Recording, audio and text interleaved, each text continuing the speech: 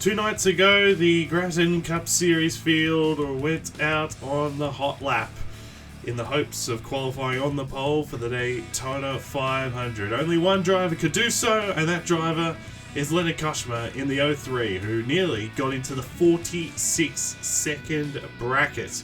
But tonight he will lead the field to the green in this race tonight. His teammate Logan Williams will join him on the front row for the 500 in a few days' time, and he will lead the field in duel number 2.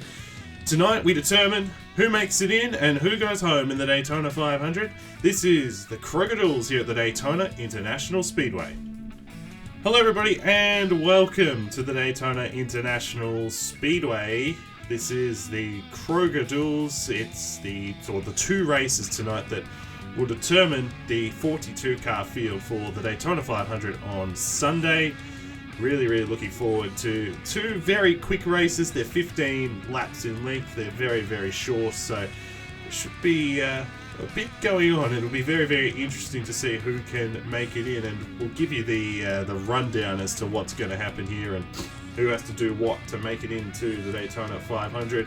I'm joined in the booth tonight by Matt Tuck, Team Velocity team owner, and Matt, you saw a bit of that single car qualifying session. You got out of the booth right as Koshma put together his very fast lap time. That was enough to put him on the pole position for the 500. He will lead the field to green here in this duel.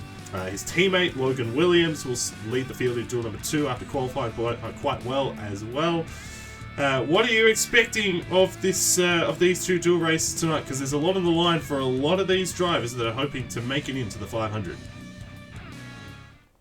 Yeah, obviously, this is a big moment of the season. You know, you want to kick the season off on a good foot. You want to make the Daytona 500. So stakes are quite high here tonight.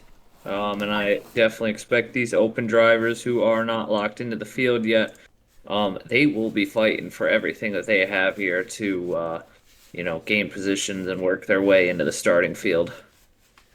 Absolutely, indeed. There are 16 Go-Go-Homers, and we've already got 2 of them that are locked in, given that Koshma and Logan Williams did a very good job in qualifying. So those 2 don't have to worry about having to make their way in because they're already locked in. They're already on the front row.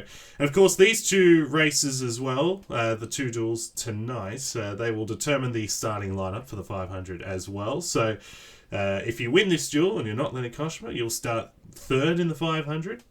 Second will be 5th, etc. This is just for duel number 1. If you win duel number 2 and you're not Logan Williams, then you'll start 4th for the 500, and the second be 6th, etc. There is a fair bit to discuss in regards to who will actually make it into the 500 and who are the drivers that will miss out. And you'll see it on the starting lineups when we get to them, the graphics on the left side of your screen. There are 16 Go-Homers. Koshma and Williams will be green in the starting lineup. They are locked in, right? They are locked into the 500. They don't have to worry, but they can still alter who gets in and who doesn't. What will happen here is the top 5 Go-Homers in each duel will make the 500. I will mention in duel 1 and duel 2 the top 6. It's actually the top 5. It's not the top 6. It is the top 5 Go-Homers in each duel. Now, there are a couple of situations where that may be altered. The first one is Braden Perez in the 92. Now, he's actually in duel 2, so it's not relevant in this first duel. But if Braden Perez is not part of those top 5 Go-Homers, he will automatically take one of those spots. One of those 5 spots, because he has a past champions provisional that he got from winning the Samsung Offline Racing League, the 92. Doesn't have the owner points to back it, to lock his way in automatically, like say Rogal Dawn, for example, in the 04. So Braden Perez, worst comes to worst, he'll make the 500 by taking one of those spots, one of those top 5 spots. If he's not, he can still finish top 5 in Go-Homer. If he does use his past champions provisional, he will start last in the Daytona 500. The other situations with Koshma and Williams themselves, because they are already locked in, they can finish top 5 in their respective duels, the top 5 out of the Oklahomas, and then that would also take a spot away from someone that would normally race its way in. So in the end, it'll come down to speed, if that's what happens there with the 03 and the 33. Look, there's a lot to play out. I hope that's as clear as it possibly can. I will say top 6 throughout the video, but that's actually not the top 6. There'll also be a graphic in the top left of your screen to help you throughout the race. So there's still a fair bit to play out. It is a bit complicated. We'll keep you updated throughout the night as to who's where, doing what, and what is required to make this Daytona 500 for a whole heap of drivers in this field. There are a whole 16 that are trying to make their way in. 4 of them will go home. It'll be very interesting to see who gets in and has a chance of winning the 500 and who will have to go home and start the season on the back foot. As I talked about before, Leonard Koshma is on the pole for Team Williams here in duel number 1, a 47.001. A blistering lap time from the 03 puts him on the pole for tonight and the Daytona 500. He's joined on the front row by Richard Fridge in the number 20, who was the second car out in that session, but put together a very good lap in his own right. He starts second in this race. Home race for him as well. Dominic Anthony, second in the Daytona 500 in 2020. He's in a very good position, starting third tonight. Ludovic Charette in the number 23. Charette is someone that will have to race her way in tonight, and she can't. If she's not top 6, she'll need Koshma and Williams to run quite well in their duels, and then because she's in a good position in terms of speed, perhaps Sustre as well in the other duel. But she won't. She can obviously make her way in this race, but if she's not in that top 6, she'll have to rely on others, and that's not a great position to be in. But she starts 4th tonight. Noah Clifton for Nicotech Racing in the Honda starts 5th. Jared Oren for NS Racing starts 6th. Nicholas Samadeo in the 45 for 7L Motors starts 7th. Colin Denton in the 21 for DW Motorsports starts 8th. And then rounding out the top 10, Thomas Troxell and Ethan Lewis. These are 2 drivers that have to race their way in, like Charette, but don't really have the backup of times if it goes that way. So it's not an ideal position for those 2 to be in. They would much rather just make their way in and not have to worry about what happens in the second duel.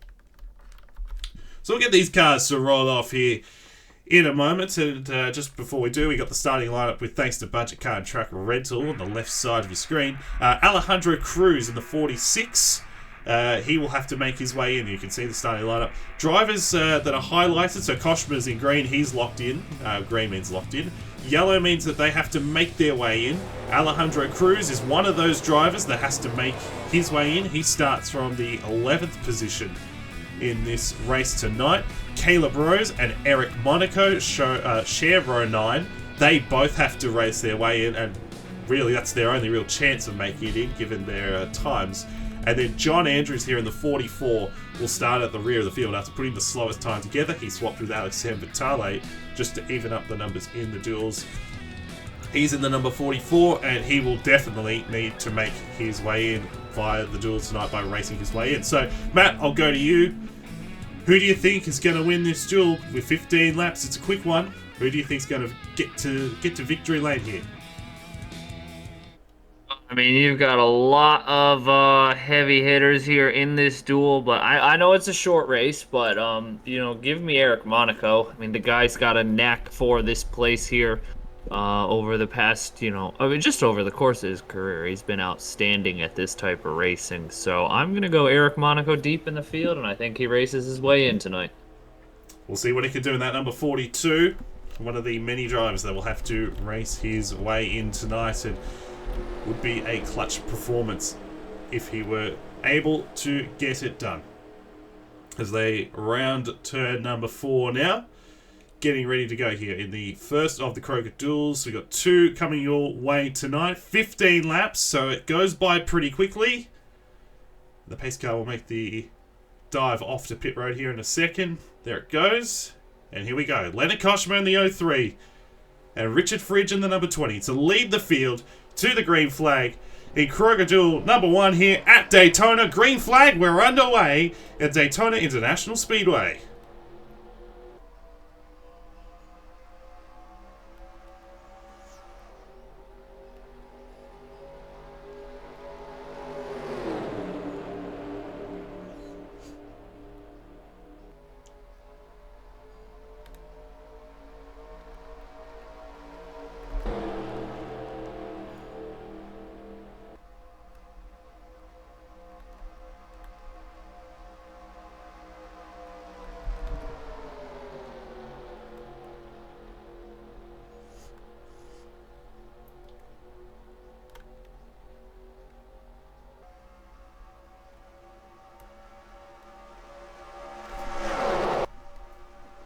Good start for Dominic Anthony, that number 39. Is he going to lead the first lap? Yes, he will.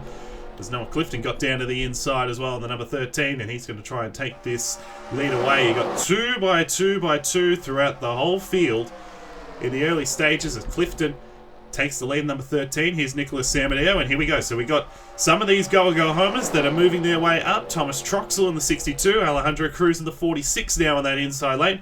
Both trying to work their way to the front of the field. Caleb Rose back in here as well in the 32. You see Ludovic Charette falling back on that outside, not the position that she wants to be in at the moment. Same with Ethan Lewis back in here, the 69, who's now behind his teammate John Andrews. And Eric Monaco at the back of the field there in the 42. As Samadeo down to the inside here in the 45, and he will be able to take the lead away from Noah Clifton. Yeah, it's a great move there off the jump by Samadeo. The one thing you got to remember, a lot of times when we see these smaller packs here at Daytona, they can actually be more prone to cycle in a smaller pack than we see in the larger draft. So something to keep in mind here is we see a lot of cars jump into the inside, jump into the outside, shuffling positions early here. You're going to need to get a third lane going for some of these guys, or otherwise it could be a very short stay here at the front, but Troxel to the lead for the moment. Toyotas look very strong here out the gate, but it is only lap 3. We have a bunch of laps to go here. Oh, Alejandro to the top of the racetrack. First guy to jump to the outside from the bottom. Yeah, certainly an interesting move. And maybe perhaps, as you said, there's a bit of cycling that may go on in this race. So maybe Alejandro trying to work his way to the back now so he can time his run a bit later on, and maybe works out a bit better for him. And of course the other thing as well is Christian Vargas takes the lead here in the 36, and you don't get any points here in this race. So you don't get any points for leading laps, you don't get any points for winning the race or anything like that. It's just to determine who gets in and determine who starts where in the 500. Here comes Tyson Gifford in the number 7. Talked about it a little bit in the qualifying, pre-season testing.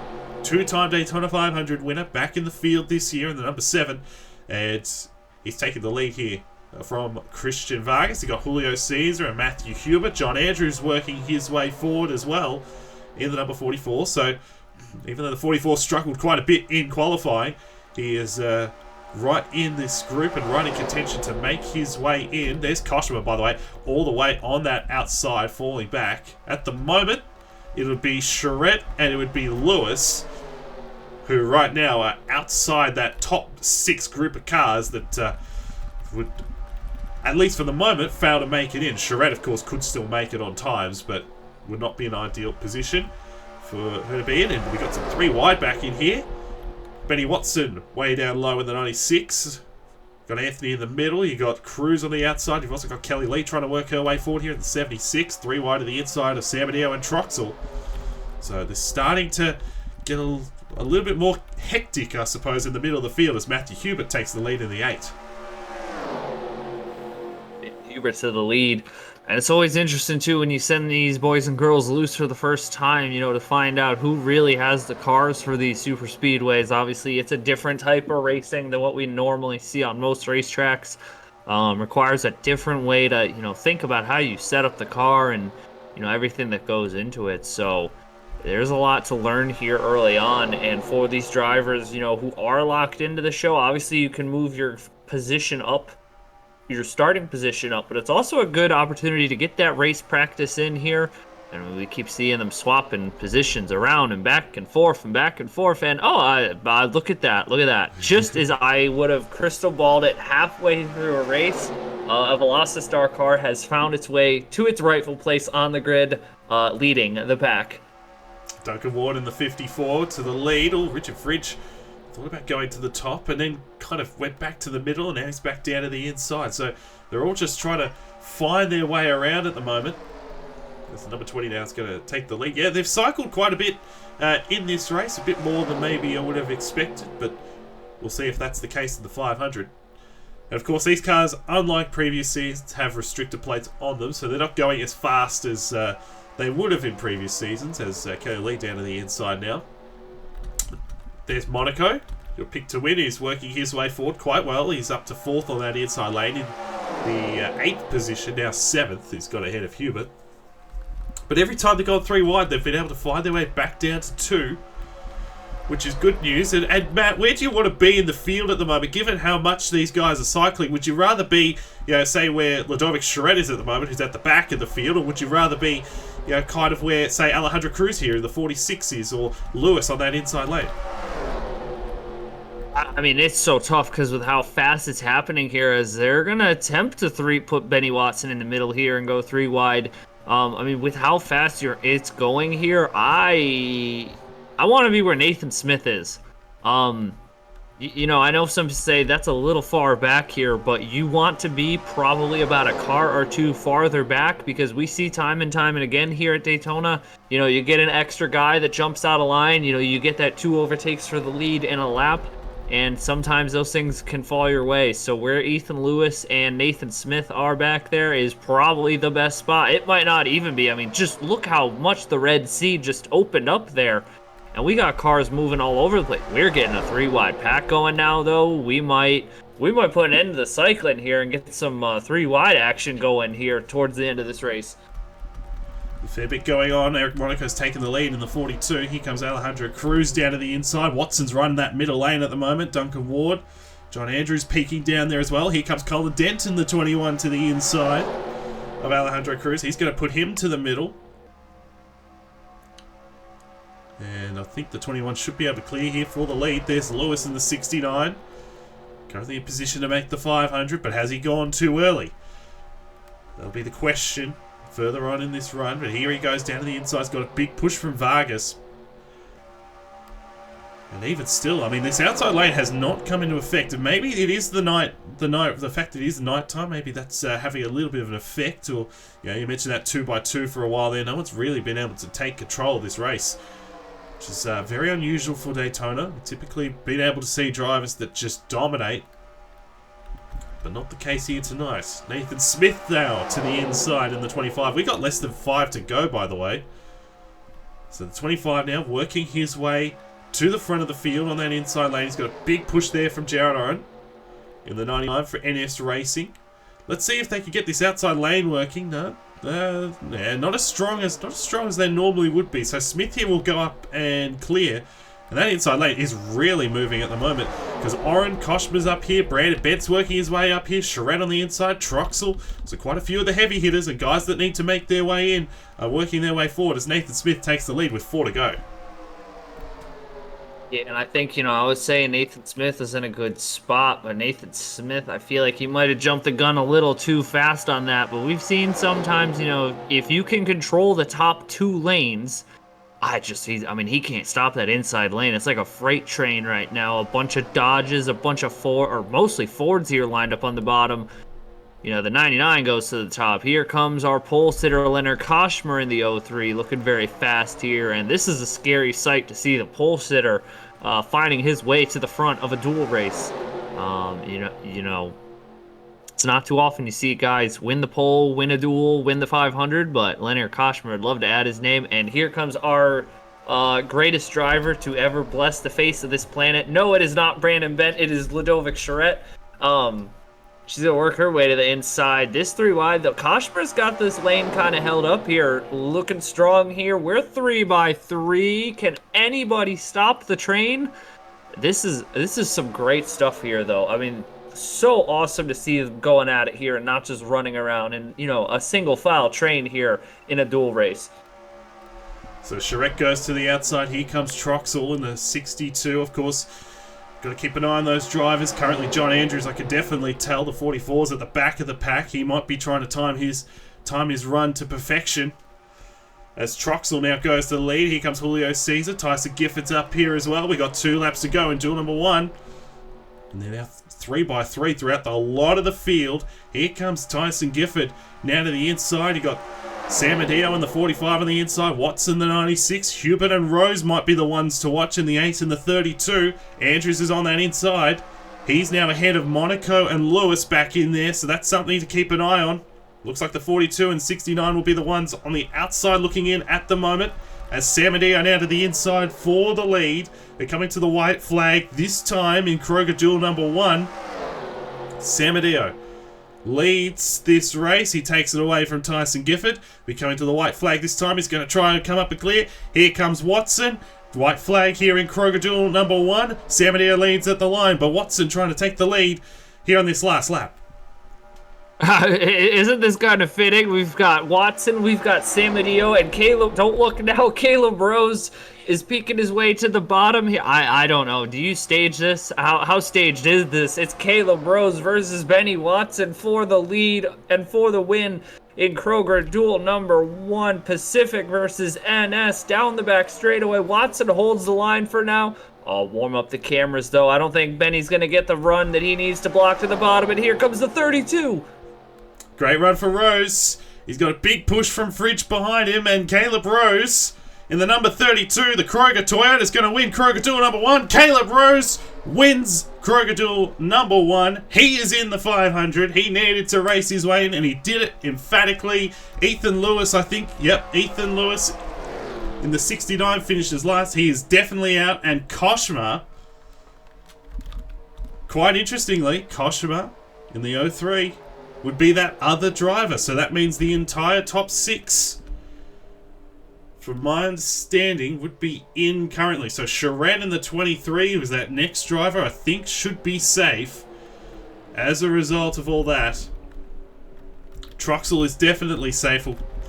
Pretty sure the 23 should be good to go.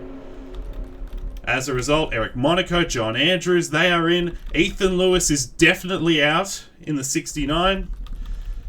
So there's a fair bit that ended up happening at the end of that race. And Caleb Rose, who wasn't up front all night and had the slowest time in pre-season testing, he ends up winning the duel with Watson second. That is ironic. That is heavily ironic that those two end up first and second. Hey, Richard Fridge finished third. That car, that number 20, is going to be one to watch come Sunday because that car was very quick. Samadeo, John Andrews is in the 44.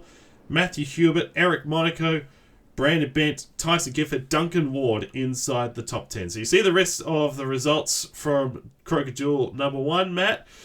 That was quite a hectic race in the end, and lots of lead changes, but it's a good sign for Duel number 2, perhaps, that this is the way that it played out. What do you make of the race?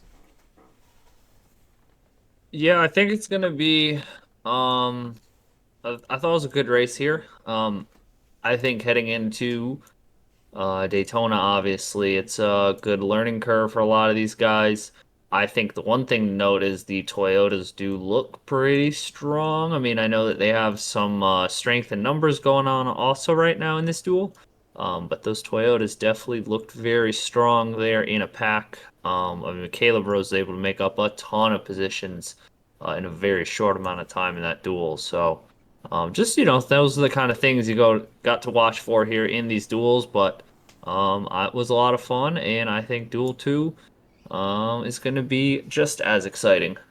Well, fingers crossed. Hopefully it's like what we saw here in this session. Well done to Caleb Rose. He'll start third in the Daytona 500, number 32. And I'm just doing the math in my head. I think Ludovic Charette is safe. So that's the good news. I think for the 23, off the top of my head, although I could be totally wrong about that. We'll figure it all out once it's all said and done. But we'll see what happens with that 23. But Caleb Rose is good to go. He will start third in the 500. Let's send it over to Kroger Duel number 2. And here we go. The cars are ready here for Duel number 2 here at Daytona. After what was a very different duel to what we've seen in previous seasons in Duel number 1. In which we saw a lot of rotating around, and 14 lead changes in that race, 13 different drivers. It harkens back to the old days of Daytona where that was very much the case, but not usually at this one. We'll see if that is how it plays out here in Duel number 2. Now I need to clarify because I actually made a little bit of a mistake with this one with the explanation. So in Duel 1.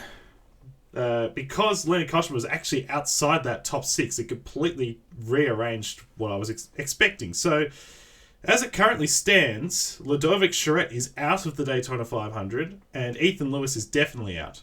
That could still change because Charette qualified. Her speed was quite strong. It depends really on what happens here with the 33 and the 59, who are on the front row here, Logan Williams and Kyla Sustre. So we'll keep you updated on that one, and we'll get that all figured out at one, hopefully, when it's all sorted. So it's a bit of confusion. That's my bad. I'm pretty tired and I've lost my mind.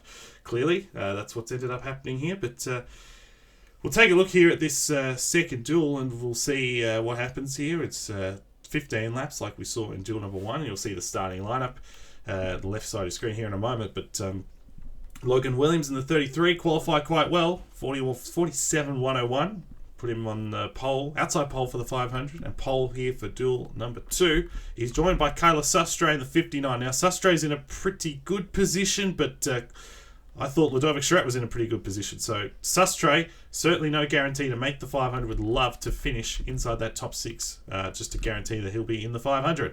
Addison Steinbach in the 98 is from the 3rd position. Roberto Crown Jr. in the 43 is from the 4th position. Good run for Fitzwater Australia Racing, 2nd and 4th. Kian Rayleigh in the number 10 for Nicotech is from the 5th position. And Jake Rogers, I should say, in the number 40 is from the 6th position. Eli Bright, the Season 5 2020 Daytona 500 champion, he is starting from 7th. Daniel Paulus Jr. for Velocity in 8th. And then last season, Season 5's Daytona 500 pole sitter, Alexander Rowan, the 51, is joined by Travis Crampton in the 97. So, as the cars begin to roll off here in a moment, we'll look through these guys that we'll keep an eye on. You'll see the budget Car Truck Rental starting lineup on the left side of your screen. In the budget, number 11 of Will Parrish. He needs to race his way in. Josh Williamson in the number 1 will need to race his way in. These guys certainly cannot rely on their times anymore, given what's just happened. Bryce Egan in the 18 for Gratton Autosport. Definitely will need to race his way in. Braden Perez, of course, has that interesting situation where if push comes to shove, and we have a similar situation like we did, he is guaranteed a spot. So in the end, this could really shake the whole thing up, because he could take a spot away if he's not actually inside the top 6. So that's something we'll keep a big eye on the 92. Although his teammate just won the previous duel. Jack Haas in the 00 for Team Williams is the only Team Williams car that needs to race his way in. Annie Thomas in the 73 for Maley Motorsports will have to race her way in. So, Matt, after what happened, what transpired there in that first duel, do you expect it to be kind of the same, and or do you think it'll be slightly more traditional that someone dominates, and who do you think's going to win the race? Well, I think unless the track temperature has changed drastically, I think we're going to see a fairly similar style of racing here. And I'm going to go the 95 at Eli Bright. Maybe I should just stop betting against NS Racing. They look strong in testing. They look super strong here in the races, and I like Eli Bright to get the job done here. A good pick, given that he's got very good success at Daytona. He's a former dual winner in his own right, of course, along with that 500. Also won the then Audi Shootout back in 2017. A fair while ago now. This pace car makes the dive on a pit road. We've got 15 more laps to determine who makes it into the Daytona 500. The starting lineup, positions 4, 6, 8, etc. Green flags in the air. We're underway for Kroger Duel number 2.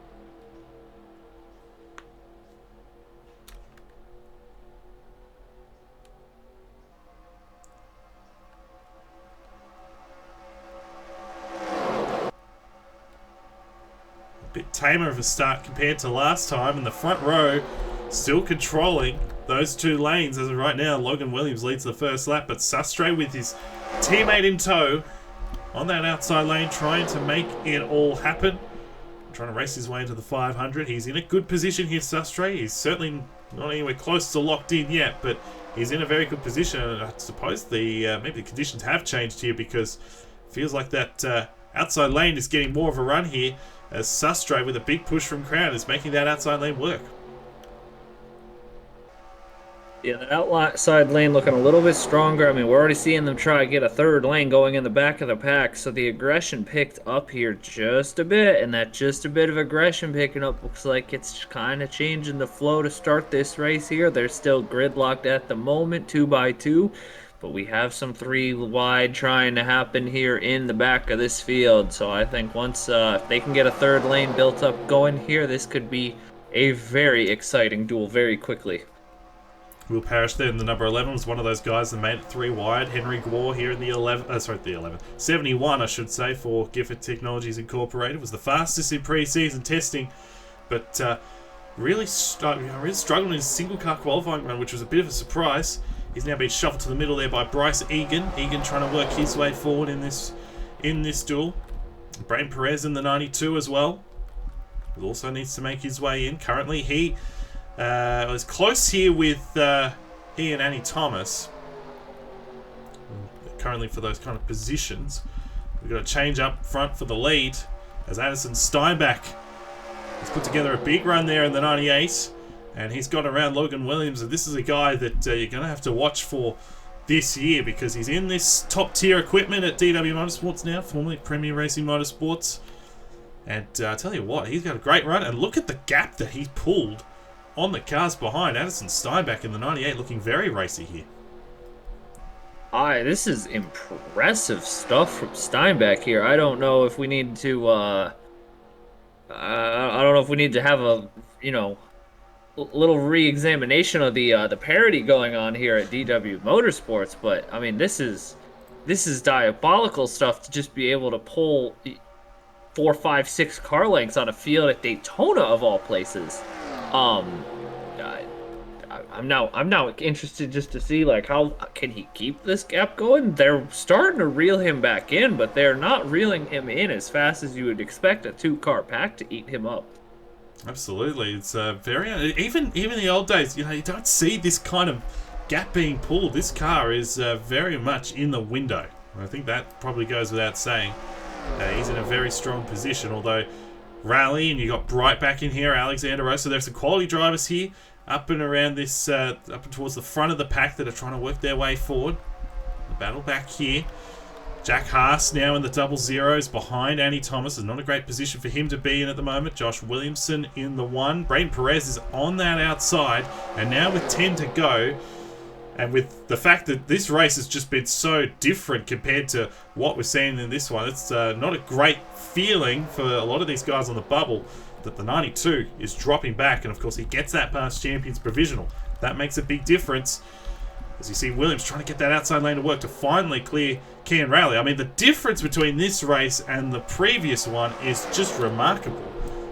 These guys just get controlled at the moment, dog-walked here by the 98s. It's not what we anticipated whatsoever, especially on the back of what we saw in duel number 1. But Steinbach's still controlling this lead, and I don't think the 10 of Rowley, I don't think he's got the quickest car, to be honest. He might be able to.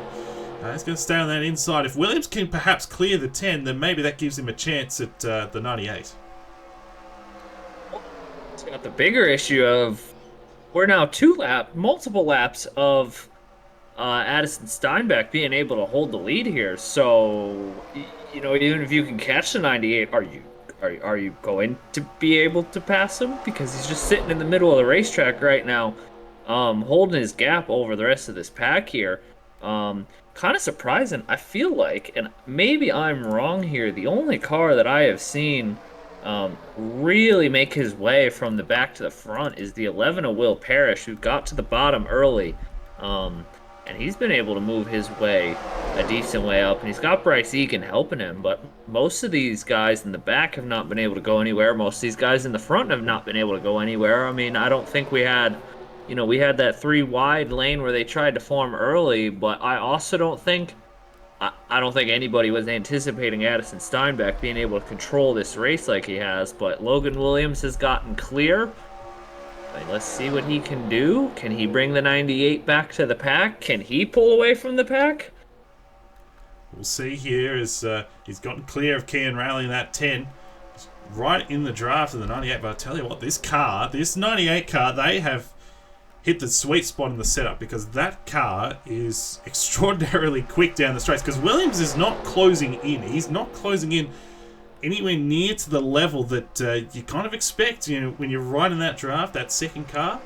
Because got to remember, Steinbach's punching a hole in the air for guys like the 33. So he has got, this car is in an exceptional position, and this is a very promising sign for Steinbach in this 500. Now Sustray's gotten clear as well, so they're starting to get clear of the 10. And Sustray may have a very quick car here in this 59. He qualified quite well, is fourth quickest in that session. He looks very, very racy. He wants to make some moves, but his teammate's going to shuffle him to the outside. Here comes Roberto Crown in the 43. Jake Rogers in the 10. So the Dodgers, currently 2, 3, 4, and 5, they're all going all over the place. And I mean, this is, we talked about the Toyotas look pretty quick in the opening duel, but this is as impressive as Addison Steinbach is right now. I mean, equally as impressive as what these Dodgers are being able to do. I mean, Roberto Crown Jr., that was a powerful move to essentially go from fourth to second now. Jake Rogers is splitting it up. Daniel Paulus Jr. has suddenly emerged. I mean, this lane down here, they went top to bottom in a heartbeat here, but it has shuffled this race up because we have some new challengers. And don't look now, Jake Rogers and Daniel Paulus Jr. using a little bit of tandem draft. This is the closest anybody's been to Addison Steinbach since he got the lead. And now we're going to see how good that 98 is at defending here for his life here in the lead of this duel. Under 5 laps to go, and what has been a much different duel here this time around. So different, night and day. But now we're starting to see some aggressive moves being made. So now they're just realizing, you know what, we've got to go and put ourselves in the best position for the 500. You can see some guys peeking out. Eli Bright's had enough. He's going down to the inside, trying to get underneath the Kian Rally. Can't make it happen. Bryce Egan's on the move here in the 1. The 18, I should say. Josh Williamson right behind him in the 1. These guys trying to make their way into the 500. And the bad news for them, Braden Perez is right now falling back on that past champions provisional. So now you've got less spots to make your way into the 500. So that leaves, well, certainly Thomas is currently on the outside looking in. I can guarantee you that. Josh Williamson, I would bet that Josh Williamson would be on the outside looking in, and I think Parrish is now vulnerable in the 11. In fact, Williamson now going past, and so he is certainly vulnerable in that number 11. Egan working his way forward. The 18 putting himself in a good position here, and Sustray now falling back a bit as well in the 59. So he's got to be careful too. And a little bit of something as well, just to quickly acknowledge, Jake Rogers used to drive that 98. He drove that car for 4 years, 10 race wins. He made the swap to Premier Racing Motorsports. Guess who was driving for Premier Racing Motorsports last year? Addison Steinbach. So these two basically swapped rides, and here they are with 3 to go, 1-2 here in Duel 2. Yeah, 3 laps to go. And I mean, also worth noting, I mean, if you're Addison Steinbach, the one thing you don't want to do right now is do anything to potentially wreck this race car.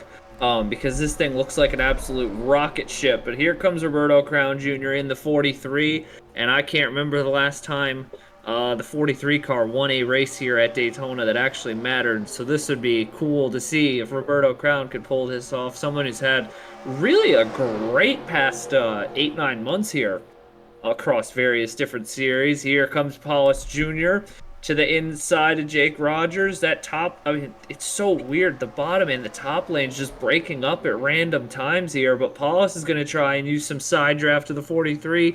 He gets up alongside Crown Jr., but nobody has been able so far to even get right up the diffuser of Addison Steinbach, but 2.5 laps to go. They've got a little bit of time, but they've got to do something about it now.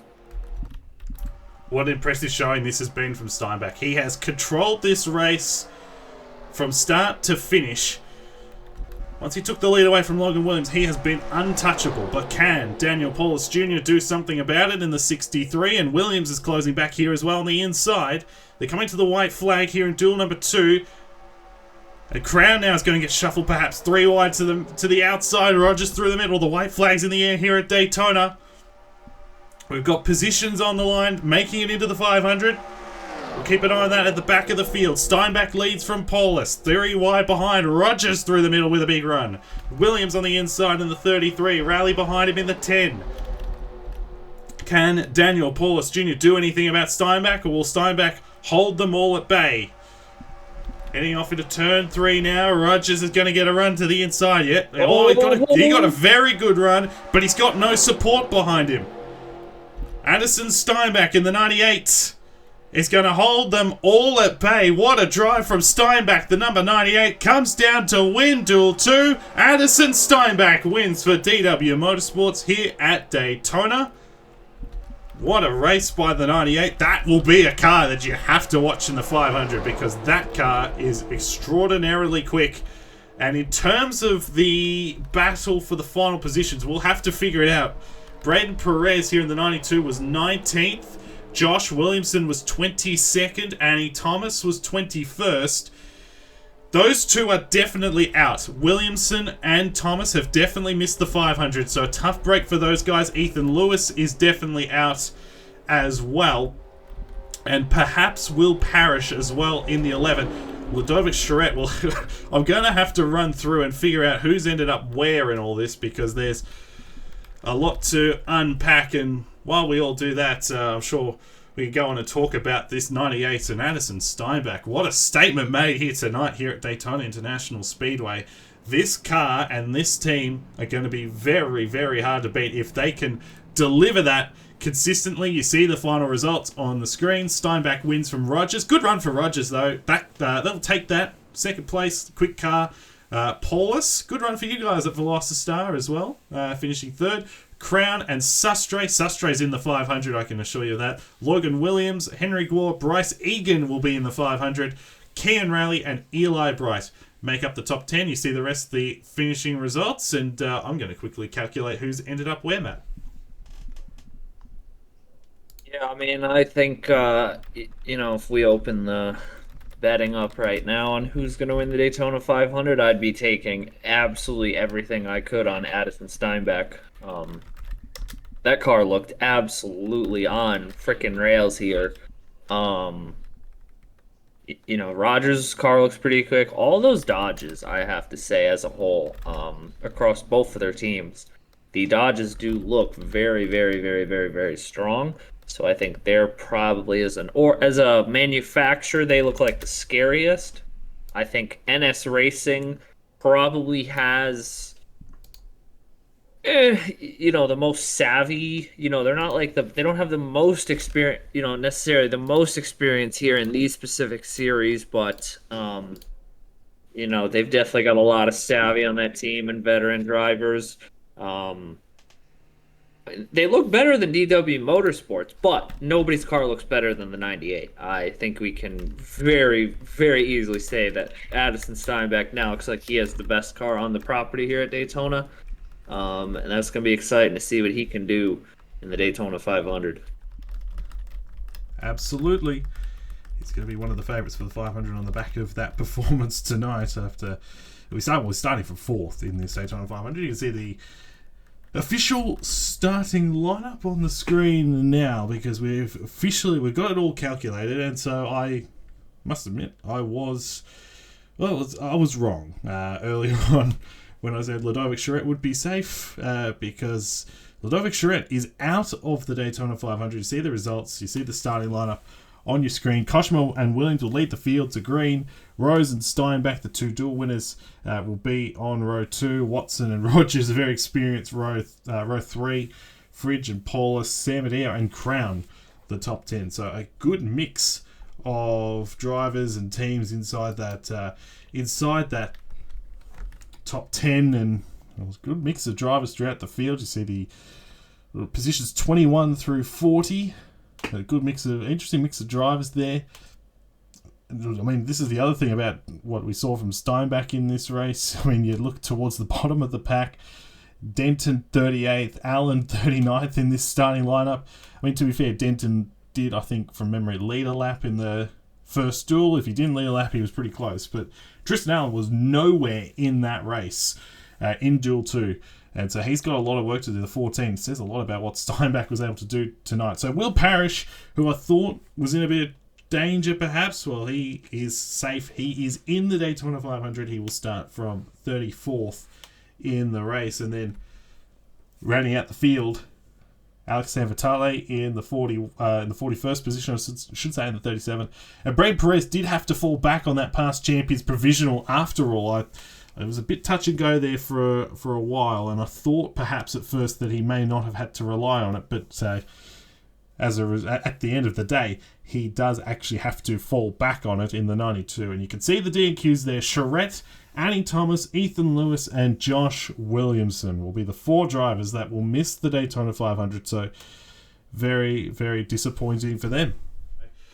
That does it here for the Kroger Duels. Next up is the Daytona 500, which will be after the NASCAR Cup Series Championship, whenever that is. We'll figure out the timing on all that one, but it should be a very interesting race, and who knows what we're going to see now on the back of that. It could be a cycle race, it may not be. It may be someone dominating. We'll wait and see. Matt, thank you so much for joining me tonight. It was a very interesting couple of races.